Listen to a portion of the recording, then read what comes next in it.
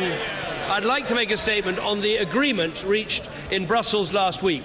But first, let me say a word about the migration crisis, which was also discussed at the European Council. We agreed we needed to press ahead with strengthening the EU's external borders to ensure that non-refugees are returned promptly, and to back the new mission to disrupt the criminal gangs working between Greece and Turkey, who are putting so many people's lives at risk. I made that Britain will continue to contribute and will step up our contribution in all of these areas. Turning to Britain's place in Europe, Mr. Speaker, I've spent the last 9 months setting out the 4 areas where we need reform and meeting with all other 27 EU heads of state and government to reach an agreement that delivers concrete reforms in all 4 areas. Let me take each in turn. First, British jobs and British business depend on being able to trade with Europe on a level playing field. So we wanted new protections for our economy, to safeguard the pound, to promote our industries, including our financial services industries, to protect British taxpayers from the costs of problems in the Eurozone, and to ensure that we have a full say over the rules of the single market while remaining outside the Eurozone. And we got all of those things. We've not just permanently protected the pound and our right to keep it, but we've ensured that we cannot be discriminated against. Responsibility for supervising the financial stability of the UK will always remain in the hands of the Bank of England. We've ensured that British taxpayers will never be made to bail out countries in the Eurozone. We've made sure that the Eurozone cannot act as a bloc to undermine the integrity of the free trade single market. And we've guaranteed that British business will never face any discrimination for being outside the Eurozone. So, for example, our financial services firms, our #1 services export, employing over 1 million people, can never be forced to relocate inside the Eurozone if they want to undertake complex trades in euros just because they're based in the UK. And these protections are not just set out in a legally binding agreement. All 28 member states were also clear that the treaties would be changed to incorporate the protections for the UK as an economy that is inside the EU but outside the Eurozone. We also agreed a new mechanism to enable non-Eurozone countries to raise issue of concern, and we won the battle to ensure that this can be triggered by one country alone. Of course, Mr. Speaker, none of these protections would be available if we were to leave the EU. Second, we wanted commitments to make Europe more competitive, creating jobs and making British families more financially secure. Again, we got them. Europe will complete the single market in key areas that will really help Britain. In services, making it easier for thousands of UK service-based companies, like IT firms, to trade in Europe. In capital, so UK start-ups can access more sources of finance for their businesses. And in energy, allowing new suppliers into our energy market, meaning lower energy bills for families across the country. We have secured commitments to complete trade and investment agreements with the fastest-growing and most dynamic economies around the world, including the USA, Japan, and China, as well as our Commonwealth allies, India, New Zealand and Australia. These deals could add billions of pounds and thousands of jobs to our economy every year. And of course, they build on the deals we already have with 53 countries around the world, through which Britain has benefited from the negotiating muscle that comes from being part of the world's largest trading bloc. Mr. Speaker, of course, country after country have said to me that, of course, they could sign trade deals with Britain. But they've also said that their priority would be trade deals with the EU. By their nature, these EU deals would be bigger and better, and a deal with Britain wouldn't even be possible until we'd settled our position outside the EU. So, Mr. Speaker, for those members who care about signing new trade deals outside the EU, we would be looking at years and years of delay. Last but by no means least on competitiveness, one of the biggest frustrations for British business is the red tape and bureaucracy. So we agreed there will now be targets to cut the total burden of EU regulation on business. This builds on the progress we've already made, with the Commission already cutting the number of new initiatives by 80%. And it means that the cost of EU red tape will be going down, not up. Of course, if we were to leave the EU but ultimately achieve a deal with full access to the single market like Norway, we would still be subject to all of the EU's regulation when selling into Europe, but with no say over the rules. As the former Europe spokesman for the Norwegian Conservative Party said, if you want to run Europe, you must be in Europe. if you want to be run by Europe, feel free to join Norway in the European Economic Area. Third, we wanted to reduce the very high level of migration from within the EU by preventing the abuse of free movement and preventing our welfare system from acting as a magnet for people to come to our country. After the hard work of the Home Secretary, we've secured new powers against criminals from other countries, including powers to stop them from coming here in the first place and powers to deport them if they are already here. We agreed longer re-entry bans for fraudsters and people who collude in sham marriages, and an end to the frankly ridiculous situation where EU nationals can avoid British immigration rules when bringing their families from outside the EU. Mr. Speaker, this agreement broke new ground with the European Council agreeing to reverse decisions from the European Court of Justice. We've also secured a breakthrough agreement for Britain to reduce the unnatural draw that our benefit system exerts across Europe. We've already made sure that EU migrants cannot claim the new unemployment benefit, universal credit, while looking for work. Those coming from the EU who haven't found work within 6 months can now be required to leave. And at this Council, we agreed that EU migrants working in Britain can be prevented from sending child benefit home at UK rates. This would apply first to new claimants and then to existing claimants from the start of 2020. And we also established a new emergency brake so that EU migrants will have to wait 4 years until they have full access to our benefits. Mr. Speaker, people said it was impossible to achieve real change in this area, and that a 4-year restriction on benefits was completely out of the question. And yet that is what we have done. And once activated, the emergency brake will be in place for 7 years. So if it begins next year, it will still be operating in 2024, and there will be people who won't be getting full benefits until 2028. Mr. Speaker, all along we have said people should not be able to come here and get access to our benefit system straight away. No more something for nothing, and that is what we have achieved. Now, Mr. Speaker, I'm sure the discussion about welfare and immigration will, I'm sure, be intense, but let me just make this point. No country outside the EU has agreed full access to the single market without accepting paying into the EU and accepting free movement. In addition, our new safeguards lapse if we vote to leave the EU. So we might end up with free movement, but without these new protections. The fourth area where we wanted to make significant changes was to protect our country from further European political integration and to increase powers for our national parliament. Ever since we joined, Europe has been on the path to something called ever closer union. It means a political union. We have never liked it, we have never wanted it, and now Britain will be permanently and legally excluded from it. The text says that the treaties will be changed to make clear, and I quote, "The treaty references to ever closer union do not apply to the United Kingdom." So, Mr. Speaker, as a result of this negotiation, Britain can never be part of a European superstate.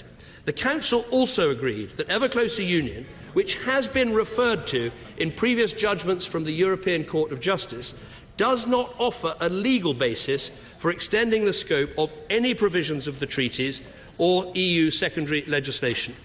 Mr. Speaker, people used to talk about a multi-speed Europe. Now we have a clear agreement that not only are different countries able to travel at different speeds, but they are ultimately able to head to different destinations too. And I would argue that is a fundamental change in the way this organisation works.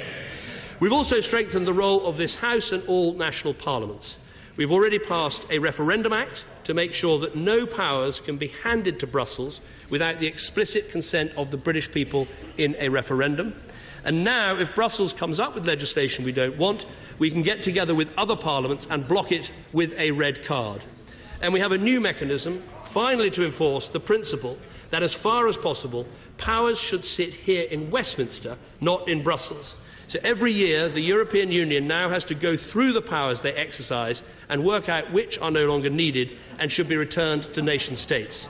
In recent years, we've also seen attempts to bypass our opt-out on justice and home affairs by bringing forward legislation under a different label. For example, there are attempts to interfere with the way the UK authorities handle fraud. They were tried under the guise of EU budget legislation. The agreement at last week's Council ensures that this can never happen again. Mr. Speaker, the reforms we've secured will be legally binding in international law and will be deposited as a treaty at the UN. And they cannot be unpicked without the agreement of Britain and every other EU country. And as I've said, all 28 member states were also clear that the treaties would be changed to incorporate the protections for the UK as an economy outside the Eurozone and our permanent exclusion from ever closer union. Mr. Speaker, our special status means that Britain can have the best of both worlds. We will be in the parts of Europe that work for us, influencing the decisions that affect us, in the driving seat of the world's biggest single market, and with the ability to take action to keep our people safe. But we will be out of the parts of Europe that do not work for us, out of the euro, out of the Eurozone bailouts, out of the passport-free, no-borders Schengen area, and permanently and legally protected from ever being part of an ever-closer union. Of course, there is still more to do. I am the first to say that there are still many ways in which this organisation needs to improve, and the task of reforming Europe does not end with last week's agreement. But with the special status this settlement gives us, I do believe the time has come to fulfil another vital commitment this government made, and that is to hold a referendum. So, Mr.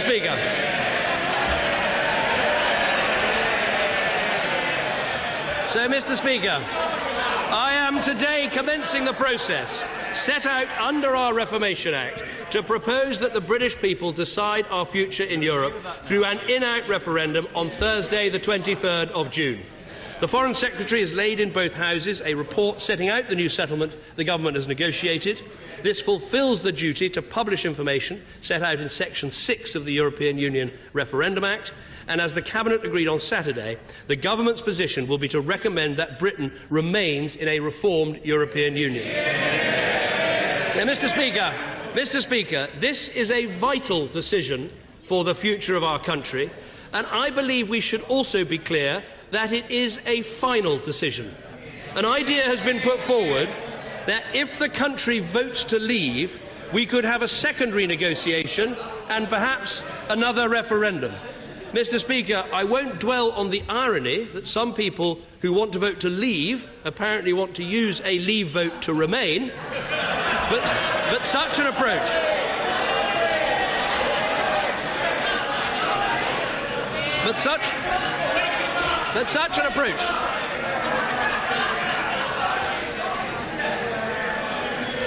approach also ignores more profound points about democracy, diplomacy and legality. This is a straight democratic decision, staying in or leaving, and no government can ignore that. Having a second renegotiation followed by a second referendum is not on the ballot paper. And for a Prime Minister to ignore the express will of the British people to leave the EU would not just be wrong, it would be undemocratic. On the diplomacy, the idea that other European countries would be ready to start a second negotiation is for the birds. Many are under pressure for what they have already agreed. Then there is the legality, and I want to spell out this point for the House carefully because it is important. If the British people vote to leave, there's only one way to bring that about, and that is to trigger Article 50 of the treaties and begin the process of exit. And the British people would rightly expect that that should start straight away. Let me be absolutely clear about how this works. It triggers a 2-year time period to negotiate the arrangements for exit. At the end of this period, if no agreement is in place, then exit is automatic unless every one of the 27 other EU member states agrees to a delay. And we should be clear that this process is not an invitation to rejoin, it is a process for leaving. Sadly, Mr. Speaker, I have known a number of couples who've begun divorce proceedings, but I do not know of any who've begun divorce proceedings in order to renew their marriage vows.